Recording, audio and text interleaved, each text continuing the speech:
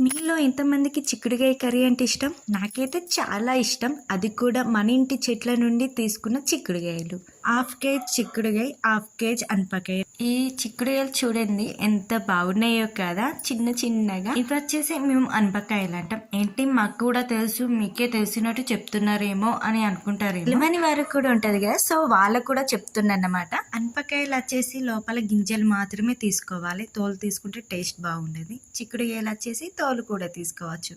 తోల ఎవరి తోలు అనుకున్నారు, చిక్కుడుగాయ తోలు. తర్వాత ఏముంది, నార్మల్గా కర్రీ చేసుకోవడమే. అబ్బా మా మమ్మీ కర్రీ చేసి ఎంత బాగా చేస్తుందో, మా మమ్మీ చేయగానే ఆ స్మెల్కి నేను చాలా టెంప్ట్ అయిపోయాను. కొంచెం కొంచెం రైస్ వేసుకుని కర్రీ వేసుకుని వేడి వేడిగా తింటే అబ్బబ్బబ్బా ఏమన్నా టేస్ట్ ఉందా. పైగా మన ఇంటి చెట్ల కూర అయ్యాలి కాబట్టి టేస్ట్ చెప్పాల్సిన అవసరం లేదు. చాలా అంటే చాలా బాగుంది. ఇంత చేసిన మా మమ్మీకి అయితే ఒక లైక్ కొట్టుకోండి. Thank you, bye.